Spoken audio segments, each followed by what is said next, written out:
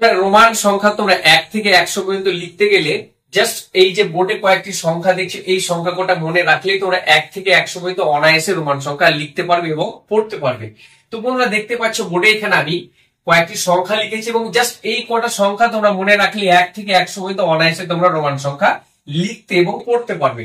তো দেখতে পাচ্ছ এখানে আই অর্থাৎ এখানে আমাদের ইংরেজিতে 1 হয়, ভি মানে 5, এক্স মানে 10, এল মানে 50 এবং সি মানে 100। এই সংখ্যাগুলো দিয়ে আমরা 1 থেকে 100 পর্যন্ত অনায়াসে লিখতে পারবো। তো দেখো বন্ধুরা, তাহলে এখানে তোমাকে একটা কথা বলি যে রোমান সংখ্যায় এই আই মানে হচ্ছে 1, তাহলে এখানে আমরা যদি 2 লিখি তাহলে কি হবে? রোমান সংখ্যার ডান দিকে কোনো সংখ্যা যদি বসাই তাহলে সেটা যোগ হবে এবং রোমান সংখ্যার বাঁ দিকে যদি কোনো সংখ্যা বসাই তাহলে সেটা বিয়োগ হবে। কিভাবে? এখানে আমরা এরপরে যদি আই এর পাশে যদি আমরা আরেকটা আই বসাই তাহলে এটা হয়ে যাবে 2। এরপরে দেখো আমরা যদি এই আই এর পরে যদি আরেকটা আই বসাই তাহলে এখানে হয়ে যাবে এটা 3। আচ্ছা, এরপরে দেখো 4 লিখতে গেলে নিশ্চয় অনেকে বলবে তাহলে স্যার এইভাবে 4টে দাগ দিব। আচ্ছা, এখানে আমরা 4টা সংখ্যা ব্যবহার করলে 4 হয়। আর যদি আমরা এখানে এই ভি মানে যেহেতু আমরা 5 জানি আর এই ভি এর আগে যদি আমরা একটা আই করি অর্থাৎ বাঁ দিকে বসে অর্থাৎ 5 থেকে 1 বাদ মানে এটা হয়ে গেল 4। তাহলে এখানে আমরা 4টা সংখ্যা থেকে আমরা 2টা সংখ্যা লেখাটাই বেস্ট এবং এই জন্য ভি আই ভি মানে হচ্ছে 4 হয়। এরপরে ভি মানে কত হয় বলো? 5 হয়। তাহলে 6 করতে গেলে ভি এর পাশে যদি আমরা 1 বসিয়ে দিই তাহলে এটা কি হয়ে যায়? 6 হয়ে যায়। এরপরে 7 মানে আমরা এইভাবে করতে পারি। এরপরে দেখো 8 মানে আমরা ভি আই আই অর্থাৎ এটা 8 হয়ে যাবে। তাহলে এখানে এরপরে 9 যদি হয় তাহলে অনেকে বলবে তাহলে স্যার এইভাবে হওয়া উচিত, কিন্তু আমরা যদি 9 লিখি এই যে আমরা 10 মানে কত জানি? 10 মানে হচ্ছে এক্স, আর 10 এর আগে যদি আমরা 1 লিখে দিই তাহলে এটা হয়ে যাবে আমাদের 9, অর্থাৎ অল্প সংখ্যা ব্যবহার করে আমরা 9 লিখতে পারলাম। এরপরে দেখো 10 মানে কত হয়ে যাবে আমাদের? এক্স অর্থাৎ 10। আচ্ছা, এরপরে যদি আমরা 11 লিখি তাহলে কি হবে? এই এটা হবে 12 লিখলে আমাদের এটা হবে অর্থাৎ 10 এর পরে 2 হয়ে গেল। 13 মানে হচ্ছে 10 এর পরে 3, 14 মানে 10 এর পরে 4, আর কোনো সমস্যা হবে না।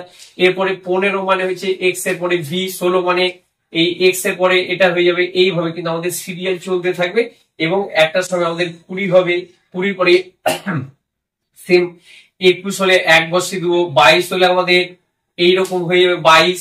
এরপর আমাদের এইভাবে ধারাবাহিক চলতে চলতে আমাদের এক সময় 30 হবে এবং আমরা ট্রিপল এক্স লিখবো।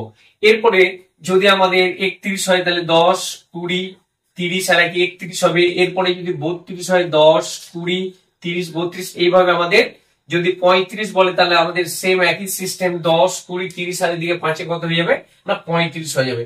এরপরে দেখো আমরা যদি আমাদের 40 হয় তাহলে আমরা এল মানে জানি কত? এল মানে জানি আমরা কত? 50। আর এল এর আগে যদি আমরা এক্স বসিয়ে দিই অর্থাৎ এল থেকে যদি আমরা 10 বাদ দিই তাহলে কত হয়ে যাবে? সেটা 40 হয়ে যাবে। তাহলে আমাদের চেঞ্জ হচ্ছে কোথায়? একটা সংখ্যায় 40 এর ঘরে গিয়ে। এরপরে আমাদের এটা চলতে থাকবে, তাহলে আমাদের এল এর সময় কি হয়ে যাবে? সেটা 50 হয়ে যাবে। এরপরে 60 হবে, এটা 70 হবে, এটা 80 হবে, এটা অর্থাৎ 81 যদি বলে তখন আমরা এল এক্স এক্স এরপরে এক্স আরেক দিয়ে দিলে কি হয়েছে? আমাদের 81 হয়ে যাবে। এটা আমাদের ধারাবাহিক এভাবে চলতে থাকবে। এরপরে যখন আমাদের 90 হবে তখন আমাদের সি মানে কত জানি আমরা? সি মানে 100, আর এই সি এর আগে যদি আমরা এক্স বসিয়ে দিই বন্ধুরা তাহলে এটা কত হয়ে যাবে না 90 হয়ে যাবে। এরপরে বলে 91 মানে তাহলে কত হবে? C X X C I মানে হচ্ছে 91, এক্স সি ভি মানে কত? 95, এক্স সি আই ভি মানে হচ্ছে 99 আর সি মানে হয়ে গেল আমাদের 100। আশা করি বন্ধুরা তোমরা বুঝতে পেরেছো। তো বন্ধুরা আমরা আর কয়েকটি উদাহরণ সাহায্যে দেখার চেষ্টা করব। তো বন্ধুরা ধরো তোমাদেরকে বলা হলো যে 65 লিখতে বললো কেউ, তাহলে এই 65 সংখ্যাটাকে যদি আমরা রোমান সংখ্যায় লিখি তাহলে কি হবে? তাহলে আমরা এল মানে জানি কত? 50, আর এদিকে 10 অ্যাড করে দিলে কত হলো বলো? 60 হলো, আর এখানে আমাদের ভি লিখে দিলে কত হয়ে যাবে? এটা 65 হয়ে যাবে। এরপরে আমাকে কেউ বললো যে 85 লিখতে, তাহলে 85 যদি আমরা সংখ্যায় লিখি এবং সেটাকে রোমান সংখ্যায় লিখি তাহলে কত হবে বলো? 50, 60, 70, 80 আর এদিকে 5 কত হচ্ছে? 85। এবার আমাকে কেউ বললো যে 45 লিখতে, তাহলে 45 এল মানে কত হয়?